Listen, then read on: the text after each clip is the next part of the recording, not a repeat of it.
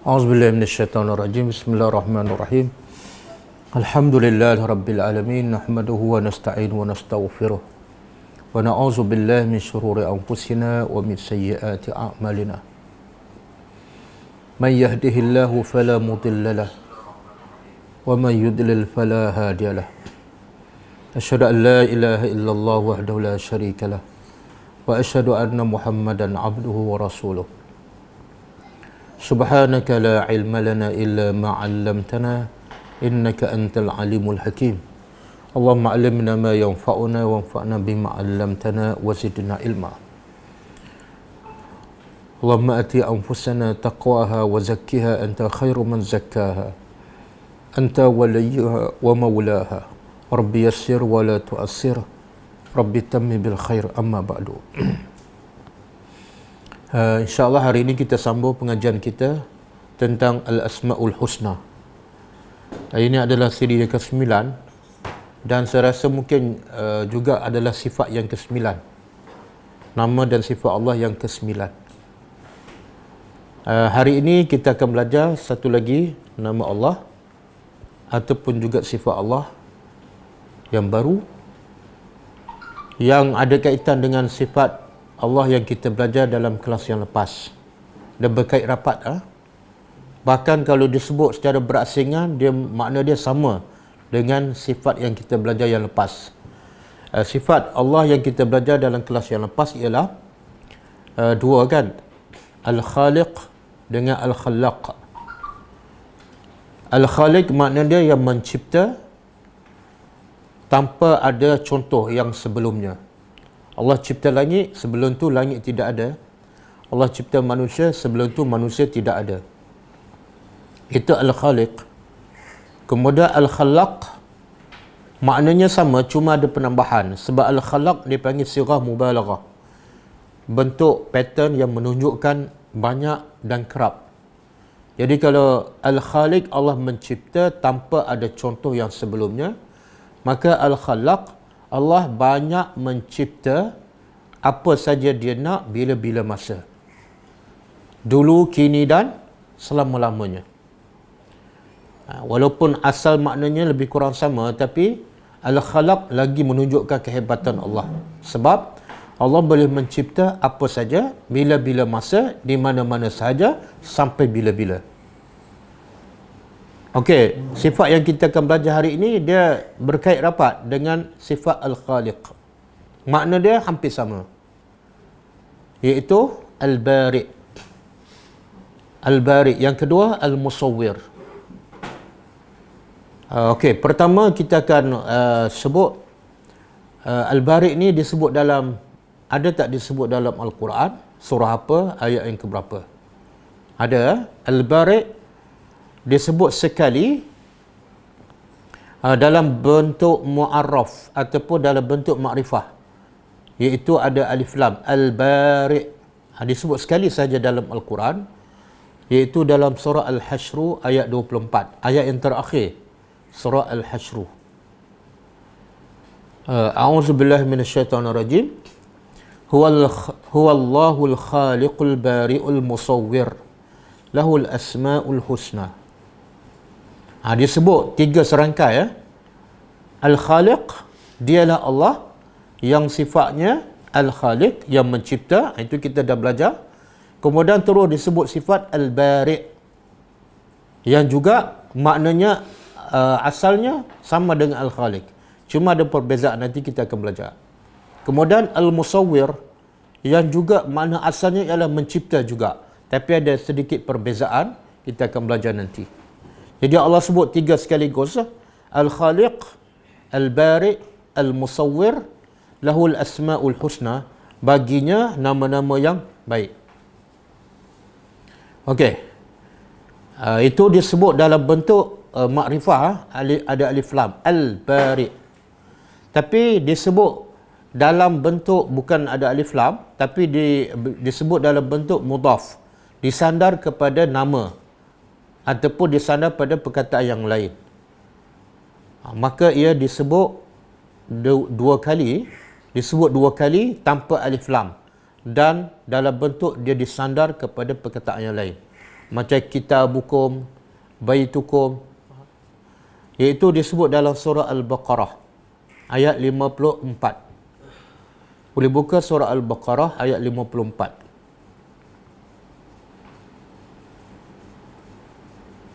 Ini kisah Nabi Musa dengan Bani Israel.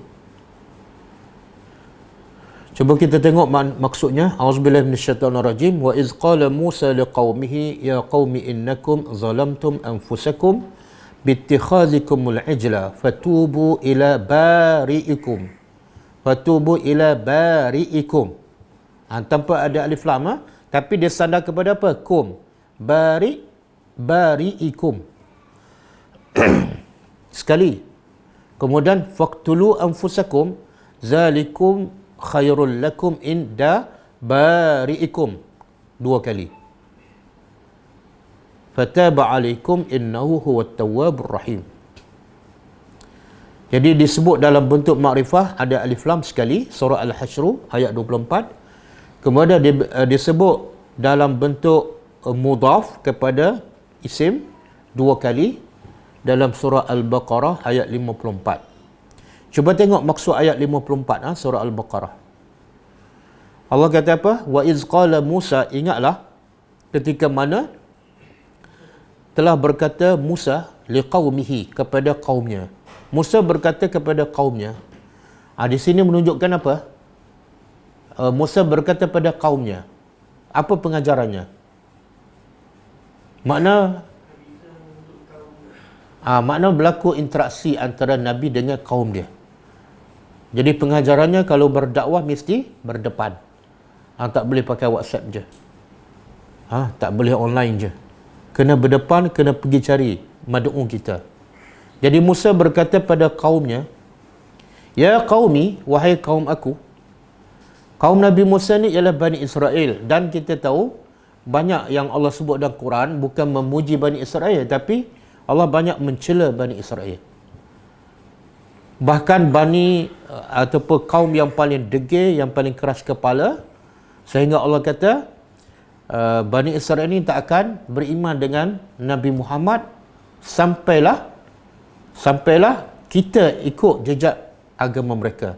Walan tarda ankal yahudu walan nasara hatta tattabi'a millatahum. Jadi Allah sebut Bani Israel dalam Quran dalam bentuk apa? Banyak mencela. Sebab Bani Israel ini adalah satu kaum yang sangat degil, keras kepala, sombong.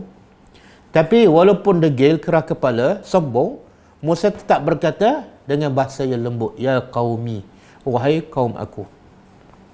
Jadi pengajarannya bila kita berdakwah, walaupun kepada orang yang benci kita, orang maki kita, orang tolak dakwah kita, bahasa kita jangan berubah. Ketika dia terima, ya qaumi. Ketika dia tolak pun, ya qaumi. Sebab tujuan kita nak sampaikan apa yang Allah perintahkan. Jadi kalau kita mesej kita nak sampaikan apa yang Allah perintahkan, pertama kena ketuk hatinya, iaitu dengan menggunakan bahasa yang lembut. Sepatutnya Musa cakap apa ni? Hei, puak-puak yang degil. Bukan. Itu bukan bahasa pendakwah. Ya qaumi, wahai kaum aku. Kemudian innakum,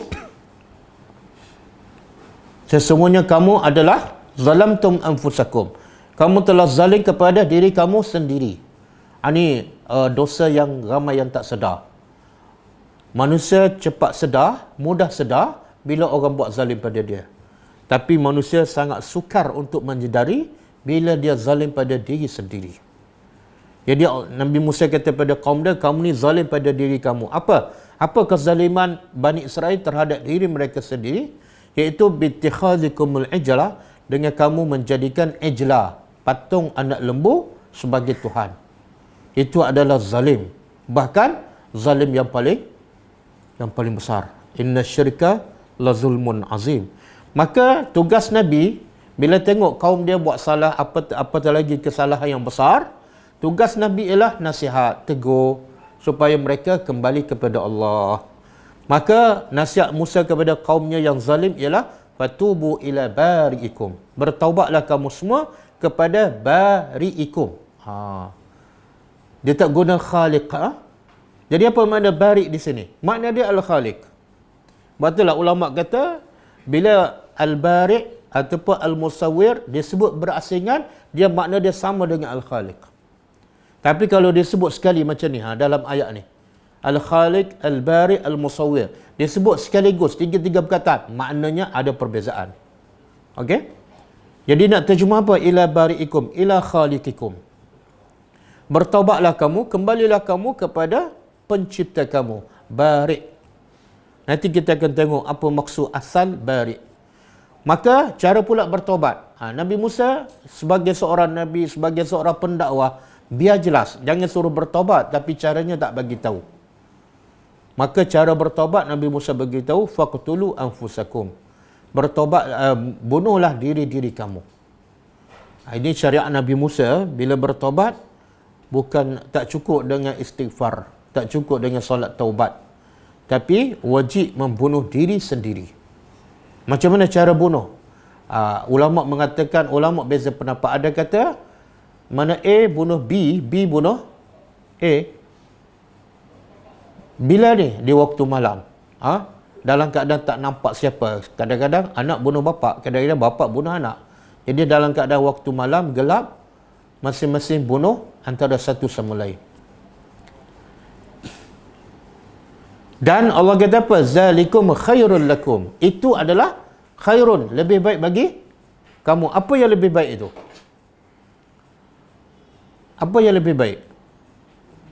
Lebih baik pula di sisi siapa? Inda bari'ikum, di sisi bari'. Ni nama al-bari' ni. Di sisi pencipta kamu. Apa yang baik? Apa yang lebih baik? Apa dia? Bunuh diri sendiri adalah terbaik. Tu tengok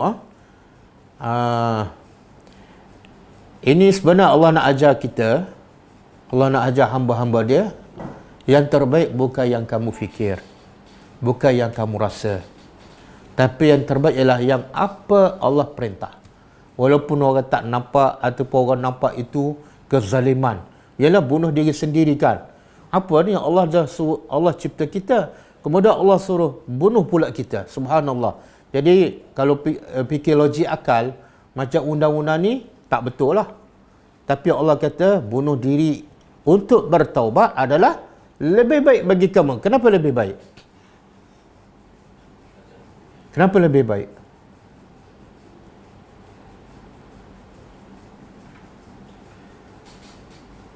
Kenapa lebih baik? Yalah, Allah boleh tak perintah kamu bertaubat dengan pergi kat gua je, boleh kan? Tapi kenapa keluar perintah bunuh? Allah Maha berkuasa nak bagi apa saja pilihan cara bertaubat kan? Tapi kenapa caranya ialah membunuh diri? Lepas Allah kata bunuh pula, Allah kata ini adalah terbaik. Kenapa? Apa dia? Apa dia? Yalah, teruk macam mana pun bagilah pilihan lain untuk bertaubat. Duduk dalam gua ke kan? Masuk penjara ke?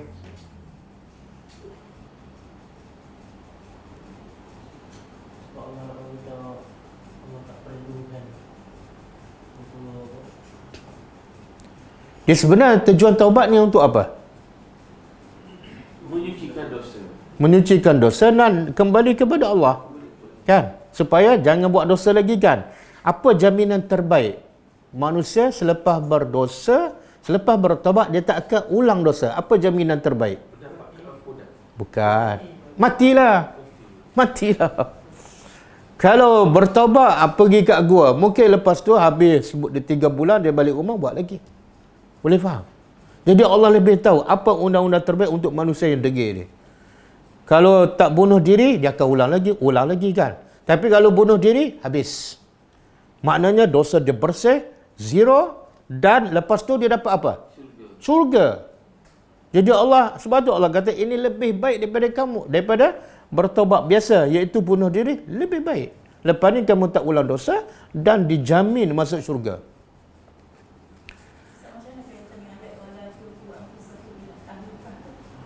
Itu syariat Nabi Muhammad. Jangan kamu binasakan diri kamu dalam Jangan campak diri kamu dalam kebinasaan. Merokok kan? Merokok bahaya. Itu sengaja cari penyakit yang merugikan kita. Tapi ada orang sokok dia sihat Ustaz. Ha? Ada dekat Indonesia tu, dia isap pokok, dia sihat. Doktor kata awak kena sokok, kalau tak awak datang penyakit. Yang ini special case tu. Oh, maknanya dia lebih tahu daripada Tuhan lah. Yang Allah kata wala tulqu bi aidikum ila tahluka, jangan kamu buat sesuatu yang membinasakan diri kamu. Okey? Seperti apa? Makan makanan yang memudaratkan, kan?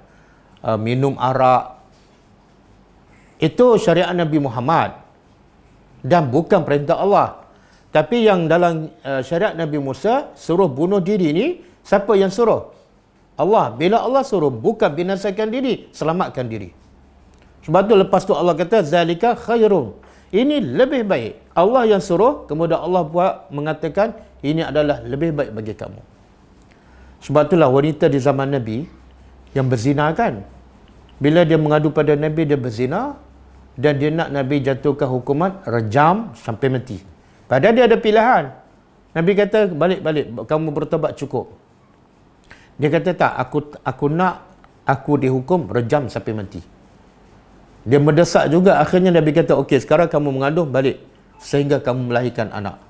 Kalau dia melahirkan anak dia tak datang, Nabi tak akan syari. Tapi lepas melahirkan anak dia datang lagi. Nabi kata sekarang anak kamu baru dilahirkan, dia ada perlukan susu kamu. Pergi minum susu baginya anak kamu. Berapa? 2 tahun. Lepas 2 tahun macam-macam boleh berlaku. Dia boleh lari, boleh hilang macam tu je. Tapi lepas dia bagi anak dia minum susu 2 tahun, dia datang lagi jumpa Nabi dan bawa sekeping roti. Sebagai apa? Sebagai bukti anaknya dah habis menyusu dan boleh makanan biasa. Makna apa? Dia nak serah diri dia juga supaya dihukum rejam sampai mati. Kenapa dia nak mati? Mati ni kita dengar tak baik, tapi bagi orang beriman baik. Mati adalah rahatun, kan? Mati adalah satu kerehatan daripada kepenatan, daripada dosa, kan? Bertobat, buat dosa lagi. Bertobat, buat dosa. Baik kita bertobat dan mati. Bukan kita minta. Tapi kalau itu pilihan, macam wanita ni, dia nak juga Nabi jatuh hukuman rejam sampai mati. Akhirnya, Nabi jatuhkan hukuman rejam sampai mati. Selamat. Kalau orang bodoh, dia kata apa? Perempuan ni bodoh. Siapa yang kata perempuan ni bodoh? Orang bodoh. Tapi orang beriman dia cerdik. Dia kata apa? Perempuan ni adalah orang yang bijak. Pilihan yang paling bijak. Iaitu dia pilih untuk mati. Pertama, pastikan semua dosa dia diampunkan. Dan dia tak akan diazab disebabkan dosanya kat dunia. Yang kedua, dia telah pastikan bahawa dia tak akan ulang balik dosa. Sebab dia telah mati. Okey. Kemudian Allah kata apa? Membunuh diri itu adalah bagi syariat Nabi Musa. Jangan salah faham. Jangan salah faham. Adalah lebih baik bagi kamu inda bari'ikum, di sisi bari'. Tajuk kita al-bari' iaitu pencipta kamu. Fataba alaikum, Allah terima taubat kamu. Okey. Makna al-bari'. Apa makna al-bari'? Al-bari' maknanya ialah, kalau dari segi bahasa lah, kata Ibnul A'rabi, bari'a iza takhallasa wa bari'a iza tanazzaha wa taba'ada wa bari'a iza a'zara wa anzara. Bari'a ni hamzah atas ya, bari'a. Dari segi bahasa apa makna? Iaitu tulus, ikhlas, bersih. Sebagaimana dalam ayat surah At-Taubah, bara'atun minallah. Apa makna bara'atun minallah? Tak. Bara'atun minallah makna Allah bersihkan. Allah lepaskan daripada perbuatan syirik. Okey, itu dari segi bahasa. Okey, dari segi istilah dan pada hak Allah, apa makna al-bari'? Al-bari' ialah kata Az-Zajjaj, khalqun ala sifatin fa kullu mabru'in makhluqun wa laysa kullu makhluqin mabru'an. Apa makna dia? Jadi dari segi istilah pada hak Allah, makna al-bari' ialah khalqun ala sifatin, iaitu Allah mencipta dalam sifat. Allah mencipta dalam sifatnya. Sifat apa? Sifat makhluk tu. Nanti saya akan tunjuk contoh perbezaan antara Al-Khaliq, Al-Bari' dan Al-Musawwir. Jadi kita tengok dulu pengertian yang diberi oleh Az-Zajjaj. Makna Al-Bari' ialah iaitu khalqun, penciptaan di atas satu bentuk, dan setiap yang berbentuk dia adalah makhluk, dan bukan setiap makhluk mesti berbentuk. Boleh faham? Boleh faham? Setiap yang berbentuk maka itu adalah makhluk, dan bukan setiap makhluk mesti berbentuk. Boleh faham? Boleh faham? Alhamdulillah, tak payah hurai dah. Okey. Jadi kalau Al-Bari' makna dia mencipta ataupun ciptaan di atas satu bentuk. Kemudian kata Zajjaj, setiap yang berbentuk semuanya makhluk. Semuanya makhluk, dan bukan semua makhluk berbentuk. Okey. Contoh, bila wanita tu mengandung kan, dalam kandungannya, dalam tempoh bulan pertama, bulan kedua kan, ada bentuk tak dalam perut tu? Ada. Tak, dalam bulan pertama, bulan kedua, ada tak?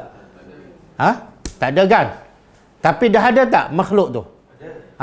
Itu dia panggil Al-Khaliq. Allah mencipta tapi belum berbentuk. Belum berbentuk. Makna kepala tak ada, kaki tak ada, tangan tak ada. Okey, lepas 4 bulan ataupun 120 hari, Allah arahkan malaikat tiupkan roh. Kan? Masa tu dah mula berbentuk. Ada kepala, ada tangan kan, ada telinga. Ketika itu dipanggil Al-Bari'. Allah mencipta dalam bentuk.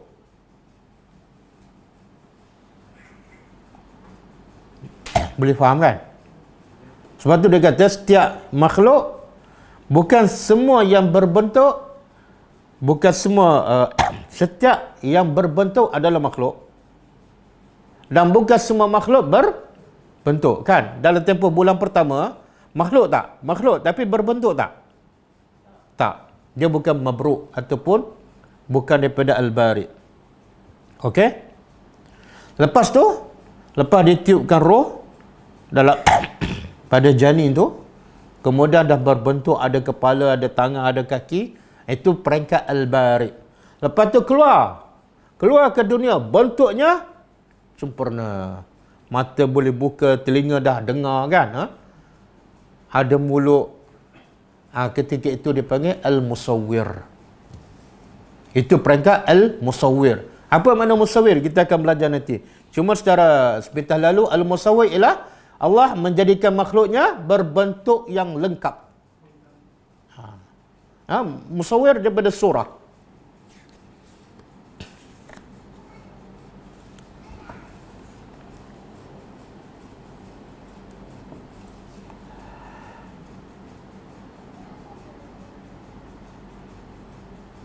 Boleh. Dan ada juga ulama mengatakan Al-Khalqu ciptaan ialah At-Taqdir. Khalqu ni ciptaan kan? Apa makna ciptaan? Iaitu takdir, ketetapan ataupun plan. Allah rancang untuk buat sesuatu. Itu dipanggil Al-Khalqu. Peringkat tu dipanggil Al-Khalqu. Kemudian Al-Bur'u ataupun daripada kata Al-Bari' ialah Allah melaksanakan apa yang Allah rancang.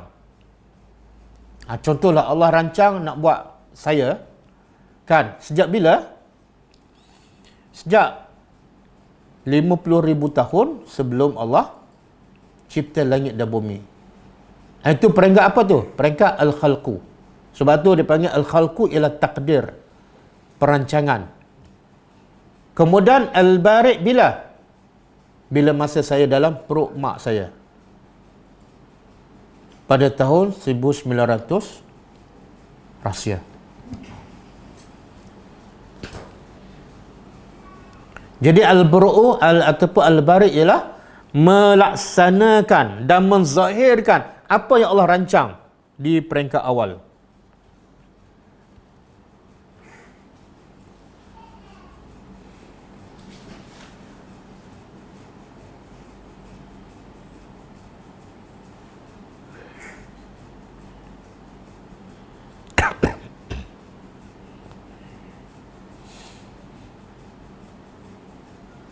Okey. Saya rasa dah jelaskan kan beza al-khaliq dengan al-bari', jelaskan. Kemudian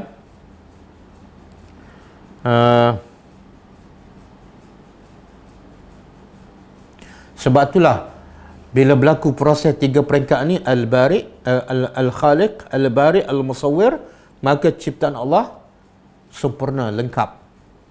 Dan tidak ada satu pun yang boleh melaksanakan, menzahirkan, membentuk sebagaimana yang dirancang daripada peringkat awal, sama dengan perancangan awal, tidak ada perubahan sedikit pun, tidak ada yang boleh buat melainkan Allah sahaja. Contohlah Allah rancang di peringkat awal, peringkat al-khalqu kan.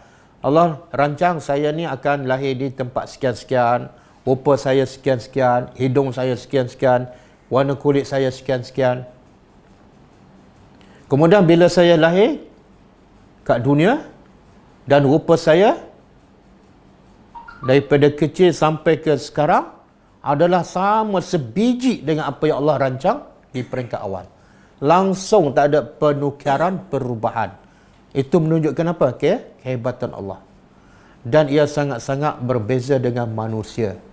Manusia kalau buat apa-apa, kan, manusia nak buat apa-apa dia ada perancangan kan? Ada plan dia kan? Tapi biasa bila ada peringkat pelaksanaan, berubah tak daripada plan yang asal? Berubah tak? Oh.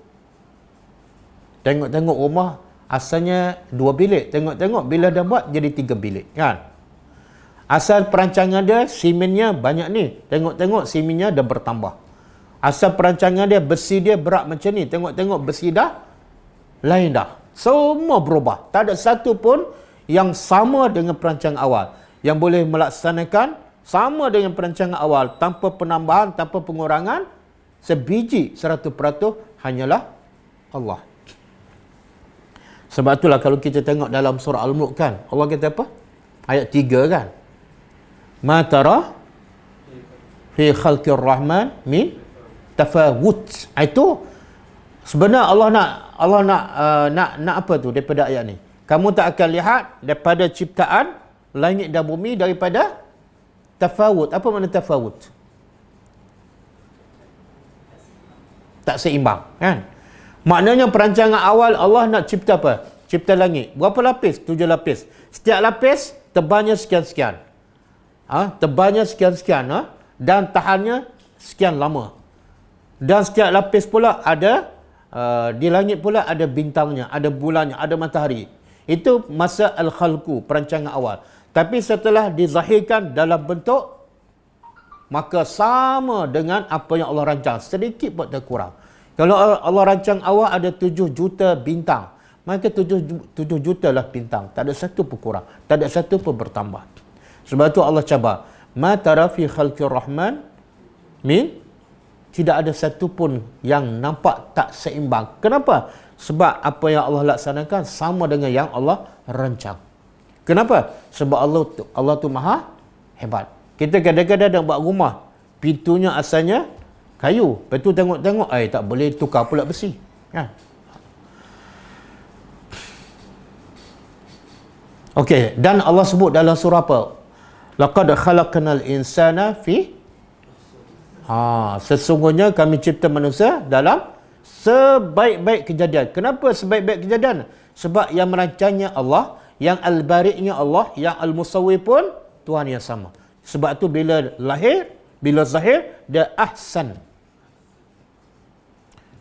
Okey, kalau kita kata Allah yang mengatakan manusia adalah sebaik-baik kejadian. Okey?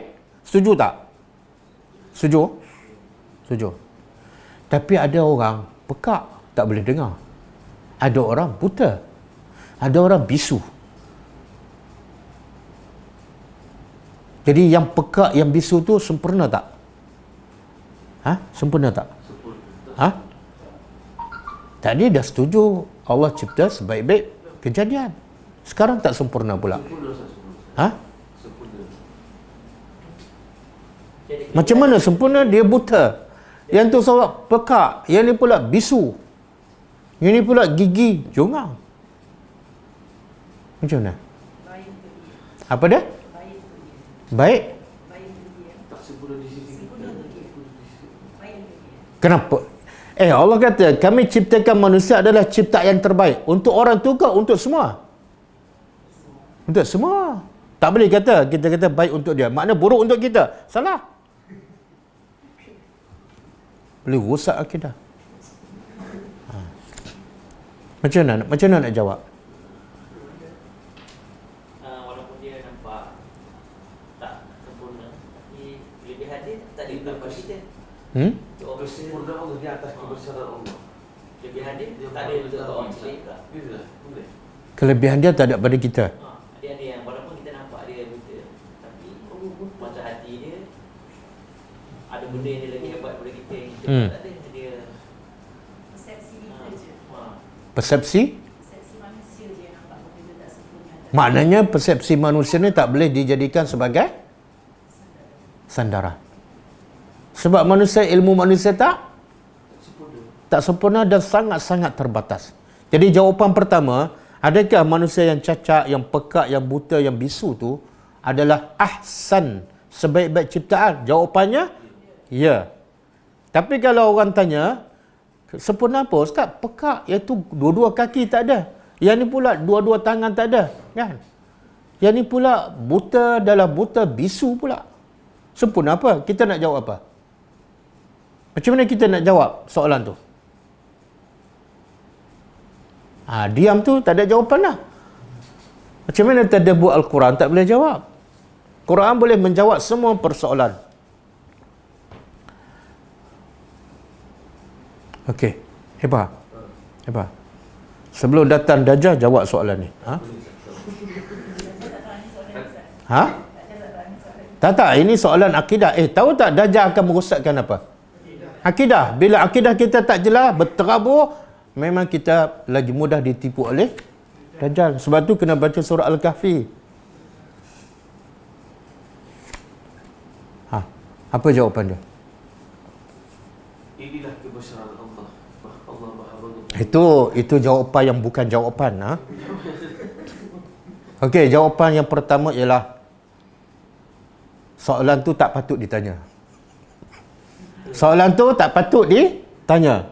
Soalan apa? Kenapa orang tu bisu, pekak kan? Macam mana dia sempurna? Tak, soalan tu tak patut ditanya. Ada dalil? Buka dalil. Surah Al-Anbiya ayat 23. Surah Al-Anbiya ayat 23. Cuba tengok. Dah ada surah apa dah? Al-Anbiya ayat 23. Itu akidah tu. Akidah tu. La yus'alu amma yaf'al. Wahum yus'alun. Tidak boleh ditanya tentang apa yang Allah buat. Tak boleh tanya. Dan wahum yus'alun. Bahkan mereka yang patut ditanya.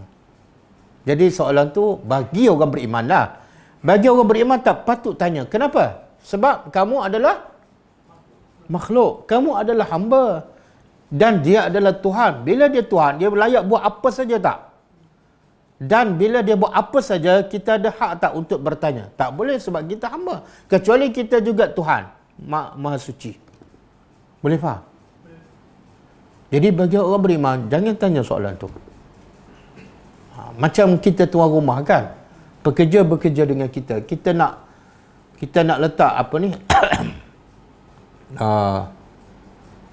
Pasu bunga atas kereta kita kan.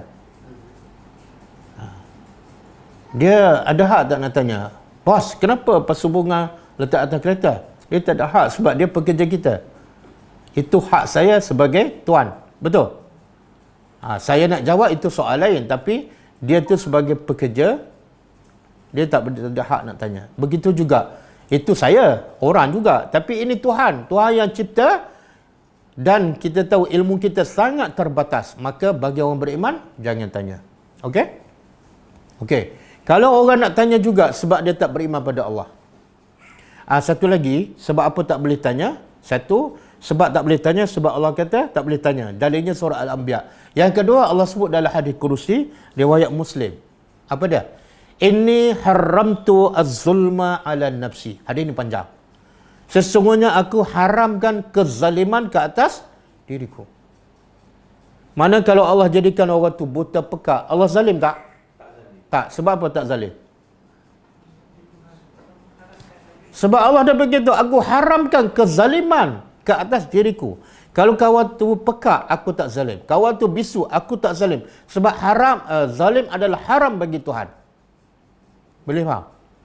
Sebab tu, bila kita tanya tu seolah kita rasa, kenapa Tuhan macam tak adil je? Boleh rosak akidah. Bagi orang beriman. Okey. Lepas tu, orang yang tak beriman dia kata apa? Tuhan ni memang tak adil. Dahlah, kawan tu orang miskin. Anak pula ramai. Gaji pula kecil. Yang ni pula, Datuk gaji puluh-puluh ribu setiap bulan. Menteri jawatan GLC pula ada puluh-puluh. Anak seorang. Jadi dia kata apa? Tuhan tak adil. Macam mana kita nak jawab?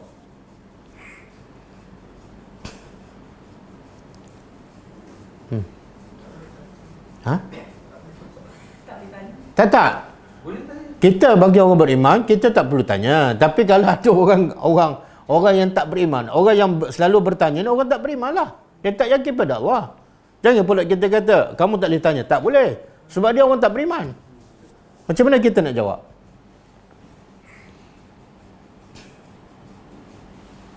Allah Maha memberi rezeki dan dia tidak zalim kepada hamba-Nya. Jawapan dia boleh juga. Jawapan dia, adil tu bukan mesti sama. Adil bukan mesti sama. Saya bagi contoh lah. Saya ada 5 orang anak kan. Satu umur 22 tahun belajar di universiti kan. Ada yang belajar di sekolah menengah kan. Dan yang kecil sekali belajar sekolah rendah. Tahun 1 kan. Yang belajar universiti ni saya bagi berapa? Duit belanja. 400. Katalah 400. Yang belajar sekolah menengah ni duduk kat rumah saya bagi berapa? Sebulan. Tak adalah setiap hari lah. RM5. RM5. Okey, yang belajar tahun 1 ni bagi berapa? RM3. Adil tak saya? Tak adil. Adil. Adil ke tak? Adil. Tapi tak sama. Yang tu 400 sebulan, yang ni RM25, yang ni RM5. Tak sama kan? Tapi adil tak? Adil. Subhanallah. Adil tu bukan mesti sama. Adil adalah mengikut keperluan orang tu. Jadi Allah nampak kawan ni perlu pekak. Sebab Allah lebih tahu apa yang terbaik untuk dia. Kawan ni perlu buta. Sebab Allah tahu apa yang terbaik untuk dia. Kita tak tahu. Kita tengok orang buta. Kesian dia kan. Tapi dia hafal 30 juzuk Al-Quran. Dia pula tanya kita, abang tak buta kan? Abang hafal berapa juzuk? Bukan 30. Juzuk 30 dah habis. Pun tak habis lagi. Jadi akhirnya dia kesian pada kita. Ya Allah, kesian kamu. Sepatut kamu yang celak kan? Logiknya orang yang celak lagi cepat menghafal sebab boleh tengok, boleh baca setiap hari. Adil tak Allah? Adil. Subhanallah. Jadi jawapannya, bila Allah jadikan orang tu sempurna anggota badan, yang ni pula hudung kaki, yang ni pula pekak, itulah keadilan Allah. Kalau orang kata tak adil, tak, itulah keadilan. Sebab keadilan bukan mesti sama. Keadilan ialah mengikut keperluan orang tu. Berapa ramai kan kita tengok budak-budak buta boleh hafal Quran kan? Sepatut kita rasa malu. Kita taklah buta kan. Tapi macam orang buta je. Tak ada surah baru, 3 kul je.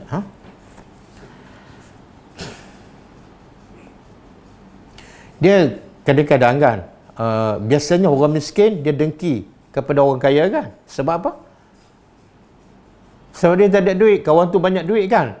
Tapi biasa tak juga orang kaya pun dengki pada orang miskin. Ada tak? Ada? Macam mana? Tengok orang miskin bahagia Dia tengok orang miskin kerja cuci sampah kan, cuci longkang. Tapi lepas berehat tu letak badan atas pasir dan bantalnya batu, terus tidur. Dia tilam dia harga 50,000, tebal, 1 jam tak boleh tidur. Dia kata bahagianya kamu. Dengki tak orang kaya pada orang miskin? Allah tu maha adil. Allah tu maha adil. Dan kita tengok orang miskin kan, kalau kita pergi pulau di Sabah kan, dia tak ada fikir dah anak-anak ramai ke anak sikit. Dia tak pernah merancang. Walaupun dia tak ada gaji, tak ada pendapatan tetap, kerja pun tak ada, tapi dia tak pernah merancang untuk rezeki dia. Yang suka merancang siapa? Yang ada gaji besar, yang ada KWSP, yang ada rumah besar, yang ada kereta besar, tapi merancang anak mesti 2 orang je.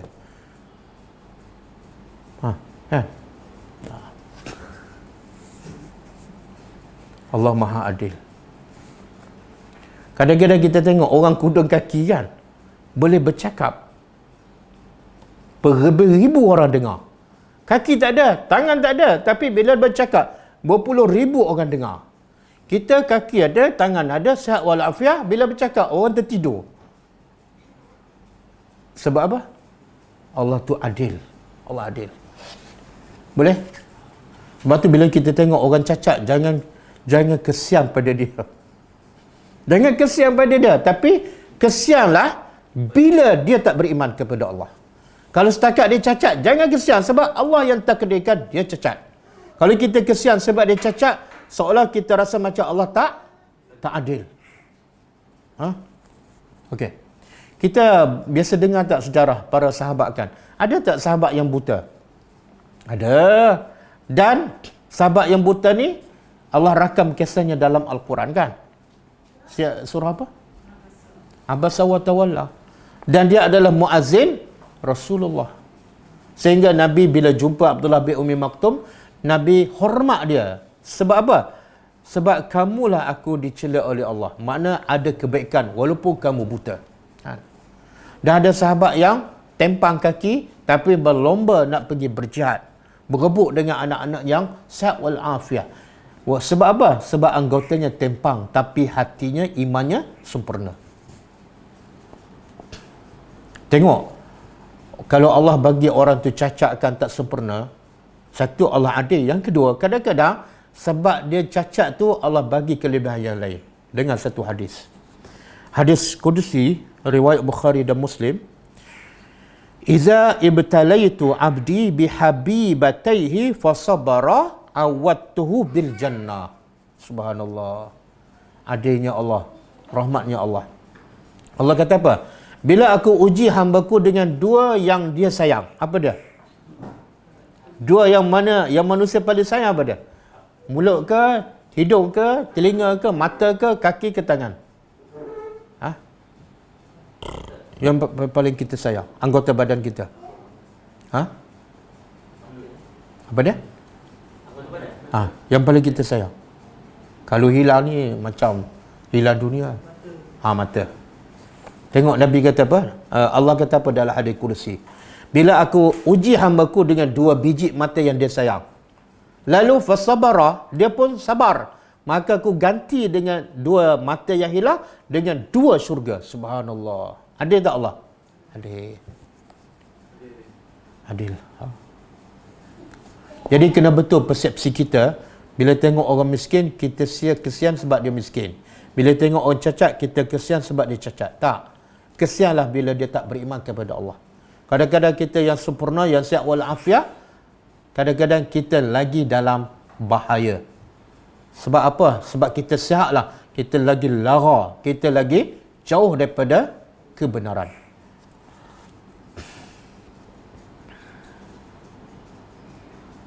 Okey, habis Itu mana al-bari. Sekarang kita pergi pula sifat yang seterusnya, iaitu al-musawwir.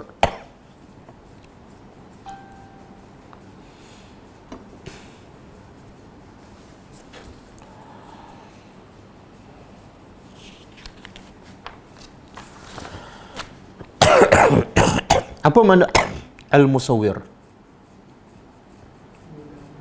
Okey, sebelum tu al-musawwir ni disebut dalam ayat apa, surah apa?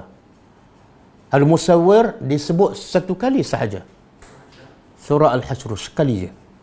Kalau Al-Bari 3 kali kan? Al-musawwir sekali je.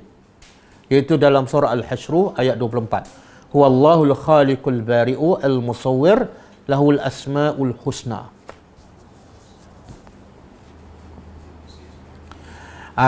Cuma ada ketika Allah sebut dalam bentuk bukan isim, dalam bentuk fi'il. Bukan dalam perkataan al-musawwir, tapi dalam bentuk fi'il, iaitu yusawwiru. Itu ada beberapa kalilah, antaranya surah Ali Imran. Huwallazi yusawwirukum, surah Ali Imran ayat 6. Huwallazi yusawwirukum fil arham kaifa yasha. Dia yang yusawwir, membentukkan kamu di mana? Dalam rahim. Tengok hebat tak Tuhan?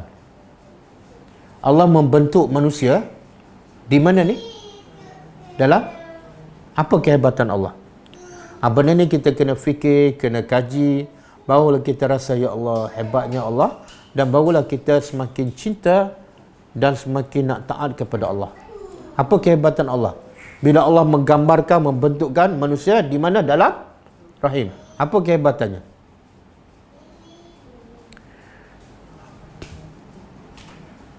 Satu, dalam rahim ni gelap ke cerah? Gelap. Yang kedua, sempit ke luas? Tapi Allah boleh tak letak mata kat mana, kaki mana, mulut kat mana, telinga kat mana, dalam tempat yang sempit dan gelap? Boleh tak? Manusia boleh tak? Dia nak buat apa ni? Dia nak buat roti canai lah. Dia masuk dapur dalam gelap. Boleh tak? Tak boleh. Tengok-tengok tak, bukan jadi roti canai, jadi apa? Jadi dalca. Lemahnya manusia. Tempat dah luas kan, tapi gelap, dia tak boleh. Hebatnya Allah, Allah boleh membentuk manusia, dan Allah bentuk manusia berbagai-bagai rupa, berbagai-bagai warna, hanya dalam rahim wanita yang sempit dan gelap.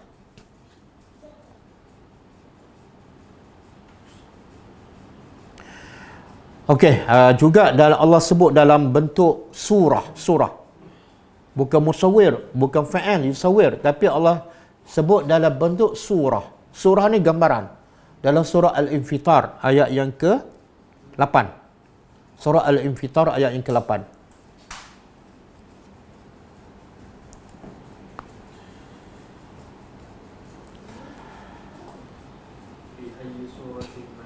Fi ayyi suratin ma syaa rakkabak.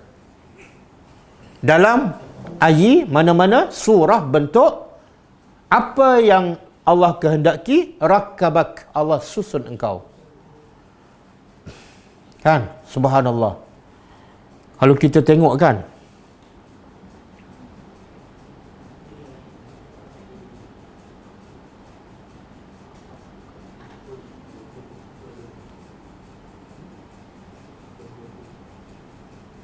kalau kita tengok bagaimana Allah mencipta, boleh buka satu lagi surah Ghafir. Surah Ghafir ayat 64.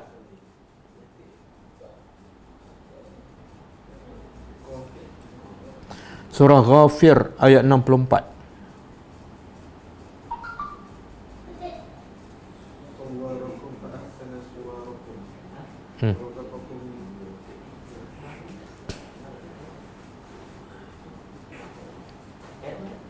Ayat 64. Ini juga dalam ayat ni Allah nak bagi tahu makna musawwir. Apa makna musawwir? Iaitu Allah mencipta ciptaannya dalam bentuk yang berbagai-bagai. Cuba tengok maksud ayat. Betul tak? Allahul Lazi, Allah yang ja'ala telah menjadikan lakum bagi kamu al-arda, bumi. Sebagai apa? Qarara. Qarara apa makna? Tempat tinggal yang tetap. Mana kita boleh hidup dengan selesa di atas bumi. Walaupun bumi itu bulat, walaupun bumi itu sentiasa bergerak. Dan satu, yang kedua, was-sama'a bina'ah, dan Allah juga mencipta langit dan langit sebagai bumbung, sebagai binaan. Dua, bumi. Yang kedua, langit. Yang ketiga, wasawwarakum fa ahsana suwarakum. Dan Allah sawwara, membentuk kamu, lalu Allah memperelokkan bentuk kamu. Wa razaqakum, dan Allah memberi rezeki pada kamu minah tayyibat. Okey. Jadi berapa ciptaan Allah dalam ayat ni? Satu. Yang kedua? Yang ketiga? Ini salah satu makna musawwir, iaitu Allah boleh cipta ciptaannya dalam berbagai-bagai bentuk yang berbeza. Okey. Bumi dengan langit sama tak? Tak sama. Langit dengan manusia tak sama tak? Tak sama. Okey. Kemudian manusia pula, manusia dengan haiwan sama tak? Tak sama. Haiwan dengan tumbuhan sama tak? Tak sama. Okey. Haiwan sama-sama haiwan. Sama tak? Harimau dengan singa sama? Tak. Haiwan singa dengan ular sama tak? Tak sama. Okey, manusia sesama manusia sama tak? Tak. Ada yang tinggi, ada yang rendah, ada yang putih, ada yang hitam, ada yang gemuk, ada yang kurus. Ada hidung sepek, ada hidung encong. Ada mata biru, ada mata hitam. Okey. Bangsa dah tak sama kan? Kalau orang Melayu pula, sama-sama bangsa Melayu, sama tak? Orang Melayu sendiri, sama-sama mereka, sama tak? Tak sama dah. Okey. Kita sendiri pula, ini kita seorang-seorang, bukan dengan orang lain. Kita sendiri, ni, jari-jari kita, urat jari kita sama tak? Tak sama. Kita ada berapa jari? 10. 10 jari ni, 10 jari ni sama tak? Subhanallah. Berapa bilion manusia? Berapa bilion manusia? Benda ni kita kena fikir, barulah kita rasa kehebatan Allah dalam musawwir, dalam membentuk ciptaannya yang berbagai-bagai bentuk.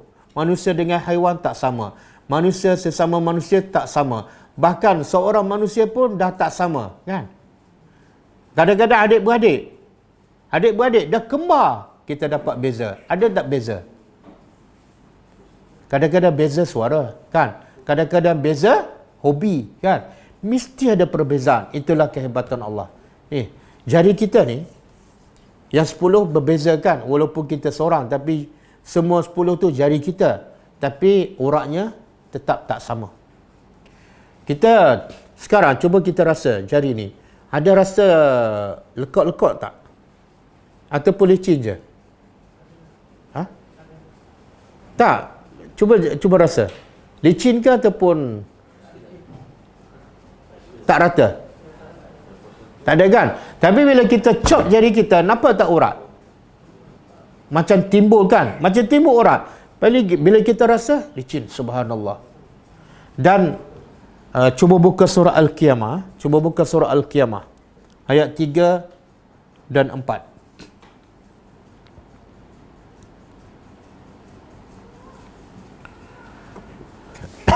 Ini kehebatan Allah dalam sifat Al-Musawwir. Allah kata apa?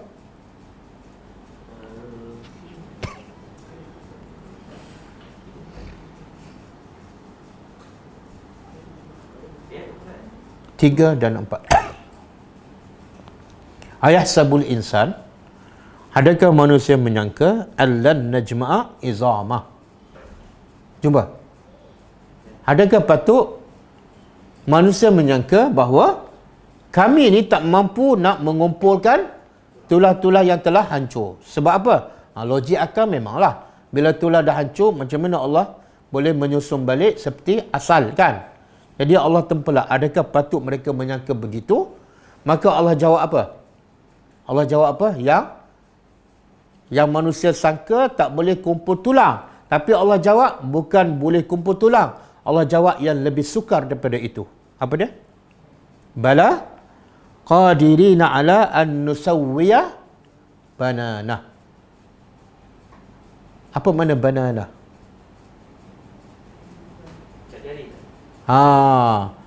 Sebenarnya manusia sangka kami tak mampu kumpul tulang yang hancur. Tuhan tak jawab kami mampu kumpul tulang yang hancur. Allah tak jawab. Tapi Allah jawab apa?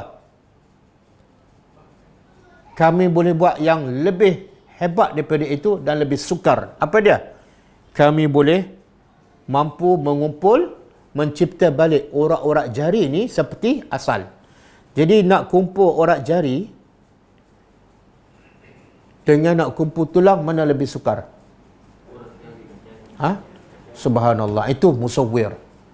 Jadi musawwir salah satu makna ialah Allah mencipta ciptaannya dalam bentuk yang berbagai-bagai dan berbeza-beza.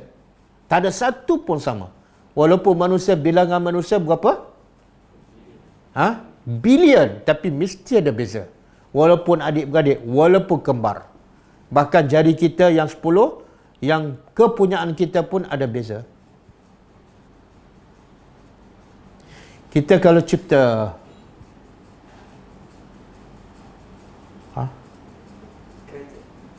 cipta kereta kan, nampak tak beza dia? Tak, kalau kereta X70 kan, kalau 5 buah kereta tu sama tak? Sama, tak nampak beza kan? Sebab apa? Itulah kelemahan manusia. Kalau dia buat, tak boleh nampak perbezaan. Kalau nampak setiap kereta ada beza dia, manusia hebat kan? Juga kereta, macam contoh kereta lah. Tadi kita belajar Al-Bari' kan? Al-Bari' apa makna? Allah menzahirkan apa yang dirancang seperti asal kan? Musawwir, Allah menzahirkan dalam bentuk yang sempurna. Tapi tetap berbeza antara satu sama lain. Kelemahan manusia yang paling ketara apa dia? Manusia rancang tapi bila keluar tak sama dengan perancangan. Contohlah, sekarang X70 kan? Kereta banyak tak di jalan raya? Banyak. Tempahannya puluh-puluh ribu. Tapi ada baru ni orang komen, brake dia rosak. Baru pakai 10 bulan, brake dah rosak. Kemudian dia order, dah 2 bulan. Sampai 2 bulan tak ada. Padahal kereta tu berlambak. Tempahannya berpuluh ribu. Tapi nak cari brake 10 bulan dah rosak. Kemudian nak cari ganti 2 bulan tak ada lagi. Lemah tak manusia? Lemah. Tapi kalau Allah cipta, semasa perancangan, langit 7 lapis. Setiap lapis tebal sekian-sekian dan tahannya sekian-sekian. Bila Allah cipta, lahir dalam bentuk zahir, kenyataan, maka sama dengan yang asal. Sebab tu tak ada masalah. Okey. Jadi sekarang, musawwir apa makna dia?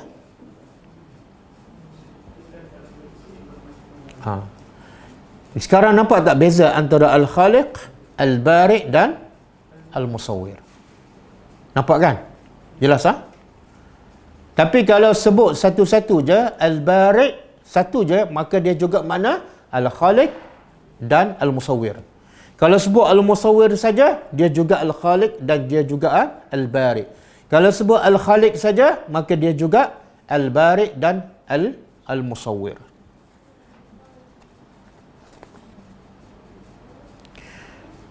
Okey, itulah lebih kurang. Sebab Al-Bari' dan Al-Musawwir ini adalah lanjutan daripada sifat Allah Al-Khaliq. Rasa cukup Dan sebab itu, bila Allah bentukkan manusia, haram kita ubah bentuk itu. Haram. Kenapa? Sebab Allah ada kata, laqad khalaqnal insana fi ahsani taqwim. Kalau Allah sendiri mengatakan cipta manusia adalah terbaik, maka jangan ubah. Bila ubah, seolah kita menafikan yang Allah buat adalah yang terbaik. Lepas tu ulama sepakat haram kita melukis ataupun mengukir bentuk makhluk yang bernyawa yang lengkap. Kenapa haram? Sebab seolah kita nak mengambil tugas Tuhan ataupun nak menunjukkan bahawa kita juga ada kemampuan macam Tuhan. Sebab tu ada satu hadis, Allah kata, ini yang kamu cipta dulu kat dunia, sekarang bagi roh, bagi dia hidup. Sebagaimana aku bagi roh kepada makhluk aku. Allah cabar. Jadi hukum haram. Termasuklah kita buat perubahan dalam bentuk badan kita kan. Contoh hidung penyek kan, tapi kita nak buat pembedahan plastik supaya nampak tinggi. Hukumnya haram. Kenapa haram? Sebab kita seolah menafikan ciptaan kita adalah terbaik. Kecuali cacat. Kita aksiden, hidung kita ropong kan, kita nak buat pembedahan plastik kan, itu tak apa. Sebab cacat. Tapi kalau tak cacat, tiba-tiba kita nak buat kan, seolah kita nak mengubah ciptaan Allah. Bahkan termasuk juga hadis yang Nabi kata, Inna asyaddan nasi azaban yaumal qiyamah al-musawwirun. Manusia yang paling teruk dia azab pada hari kiamat ialah orang yang musawwir. Ni. Kerja musawwir ini sebenarnya kerja Allah. Jadi ulama berbeza pendapat apa maksud musawwir. Yang ulama sepakat ialah mengukir berbentuk makhluk yang bernyawa, sama ada orang ataupun binatang, dan kita puja dan kita sembah. Itu memang haram dan syirik. Tapi kalau kita melukis bukan kerana nak sembah dan bukan kerana nak menandingi ciptaan Allah, maka hukumnya dosa besar. Dia tidak syirik, tapi dosa besar. Tak, ini mengukir sampai berbentuk. Macam ni. Hukum melukis dia bukan berbentuk. Itu ulama beza pendapat. Ada pendapat mengatakan melukis yang bernyawa walaupun tak lengkap, hukumnya tetap haram. Hukumnya tetap haram. Video kita lukis ke kita ambil gambar? Lain. Kita ambil gambar lain. Ni okey lah buat bentuk lah. Buat bentuk ataupun lukis. Macam gambar ni, kita ambil gambar bukan lukis pun. Tak ada proses melukis, proses melakar tidak berlaku. Bernyawa saja tak tumbuhan. Yang bernyawa saja. Tak apa. Cuma jangan buang masa lah, duk lukis pokok bunga aja kan. Dan ada hadis kan, yang malaikat tak masuk rumah Nabi, sebab apa? Ada anjing. Dan juga satu hadis, malaikat tak akan masuk rumah yang ada surah. Ada surah. Jadi yang ada surah tu malaikat tak masuk, ulama beza pendapat. Ada kata surah iaitu yang berbentuk, yang diukir. Ada mengatakan yang dilukis tapi lengkap, yang bernyawa, orang ke binatang ke dilukis tapi lengkap. Ya. Kalau separuh muka, mana dikira agak-agak dia hidup tak dengan muka saja. Kalau dia tak hidup, ada pendapat mengatakan tak apa. Ataupun satu badan tapi muka tak ada, okey tak apa. Kan? Ada orang boleh hidup tak dengan badan tanpa kepala? Itulah setengah-setengah orang. Kalau di Saudi, kalau dia lukis gambar nak tunjuk cara orang solat, dia tutup muka. Supaya apa? Supaya menggambarkan bahawa itu bukan makhluk yang lengkap. Dan dia tak boleh hidup tanpa muka. Yang pentingnya, kata ulama, yang perbezaan tu sebaik-baik kita elakkan. Elakkan apa? Yang berbentuk pun jangan buat, yang lukisan pun jangan buat, lukisan tak lengkap pun elakkan. Takut-takut malaikat tak masuk rumah kita yang ada gambar kan. Termasuklah gambar kita yang kita tampal kat dinding tu, masuk dalam album, simpan dalam almari. Ada sahih yang mana ni? Rumah ada gambar, malaikat tak masuk. Ya. Hadis sahih. Malaikat la tadkhulu baitan fihi surah. Hadis sahih. Cuma surah tu ulama berbeza pendapat. Okey, ada soalan ke? Okey, saya nak sentuh sikit. Ini habis tajuk Al-Asma'ul Husna dah habis. Saya nak sentuh sikit pasal ada orang tanya dalam grup Telegram kan, pasal boykot produk Perancis kan. Adakah itu syar'i ataupun ikut hawa nafsu? Saya ambil pendapat ulama-ulama yang tersohor daripada Timur Tengah. seperti Syekh Muhammad Hassan Mesir, Syekh muhaddis yang terkenal Syekh Huwaini, Syekh Husin Yaqub, Syekh Muhammad Sawi, kemudian Syekh Mustafa Al-Adwi, mereka mengatakan boleh kita boikot barang-barang produk-produk Perancis. Bahkan itu adalah salah satu cara untuk kita menzahirkan bahawa kita sebenarnya ada kekuatan, kita sebenarnya tidak lemah, dan juga supaya menakutkan mereka supaya mereka jangan ulang lagi. Sekiranya boikot itu betul-betul memberi kesan, dan kalau kita baca berita betul-betul memberi kesan kepada Perancis. Presiden Perancis dah cakap pun dah lain dah, nada dia lain dah bila kebanyakan negara Arab memboikot barang dia. Jadi adakah itu menepati syarat? Ya. Bahkan Syekh Mustafa Adawi mengatakan Nabi Musa pernah bagi tahu pada Samiri yang buat patung lembu tu, Nabi Musa pernah pulau dia, boikot dia. La misasa. La misasa makna kamu tak boleh sentuh orang lain tak boleh sentuh kamu, kamu tak boleh bercakap dengan orang, orang tak boleh bercakap dengan kamu. Begitu juga Syekh Mustafa Adwi mengatakan Nabi pernah boikot 3 orang sahabat yang penting dalam peperangan Tabuk. Nabi tak bagi salam, tak bercakap, mereka bagi salam, Nabi dan sahabat tak jawabkan. Jadi kalau boikot barang-barang Perancis yang memberi kesan, maka itu adalah termasuk syar'i. Ada dalilnya. Ada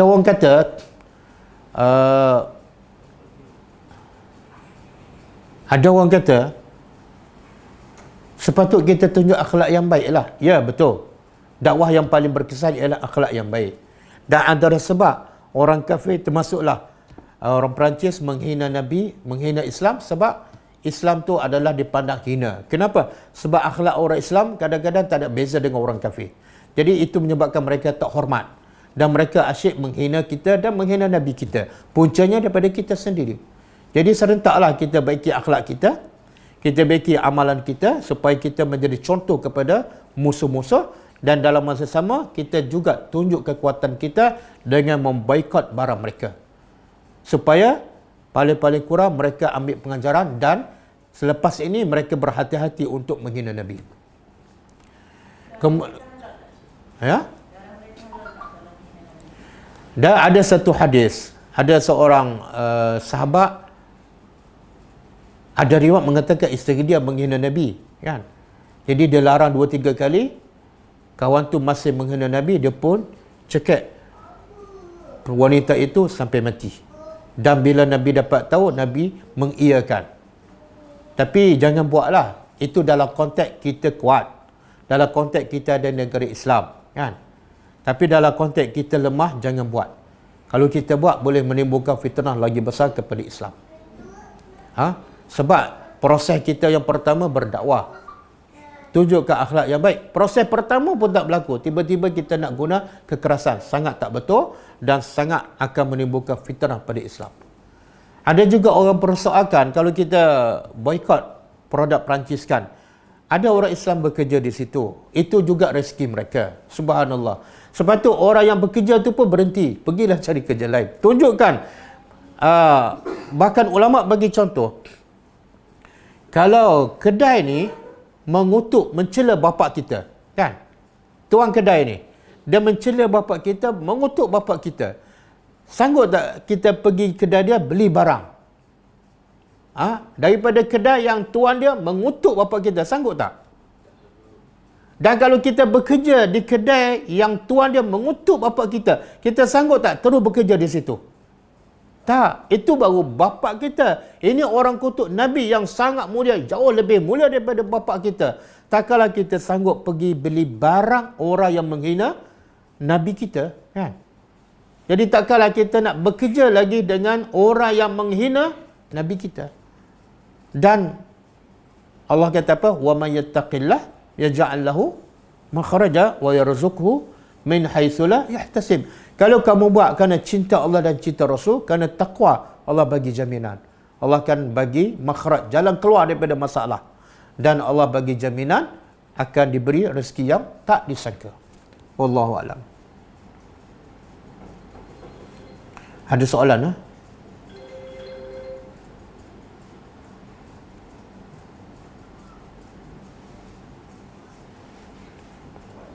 Tak ada. Boleh ni, scroll.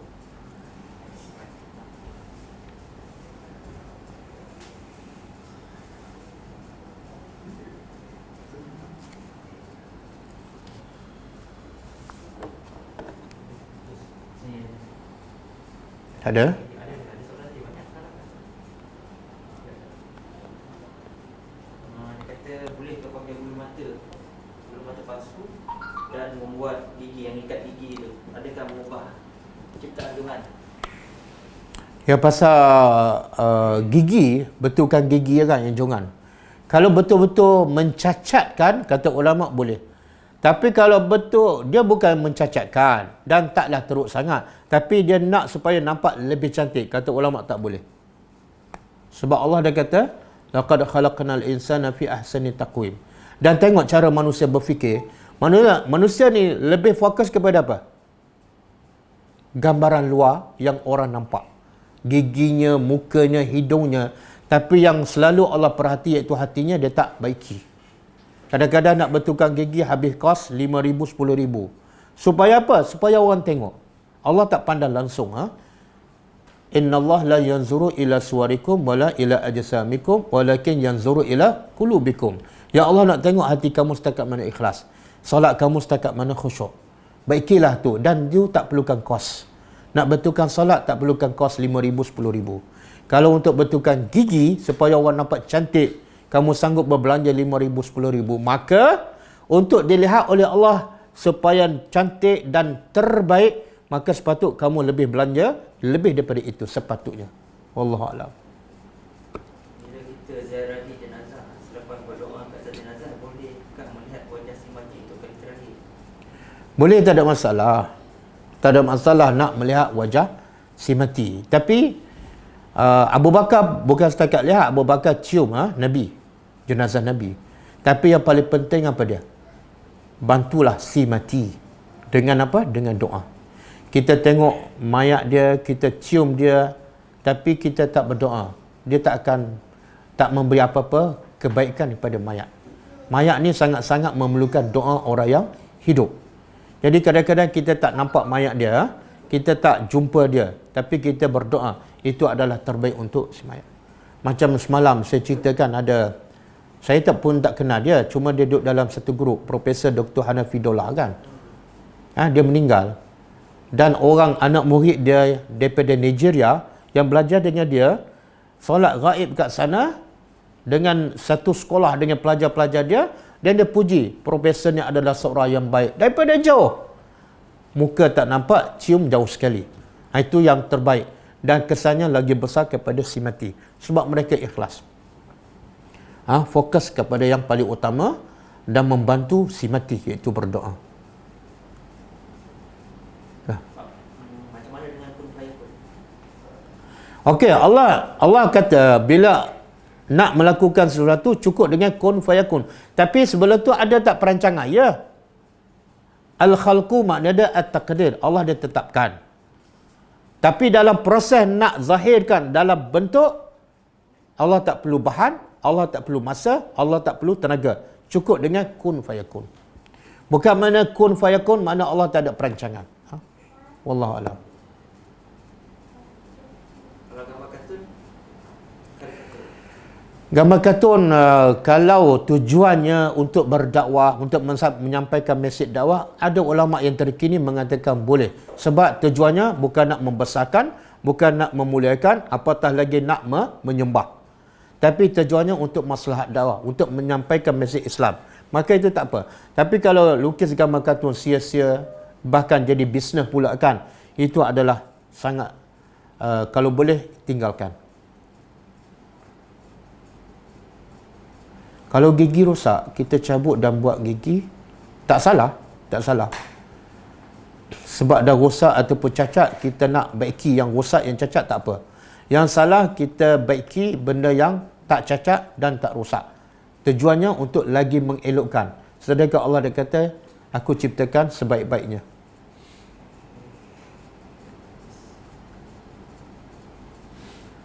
Kelas ni di mana lokasi, itu tak ada kaitan dengan tajuk.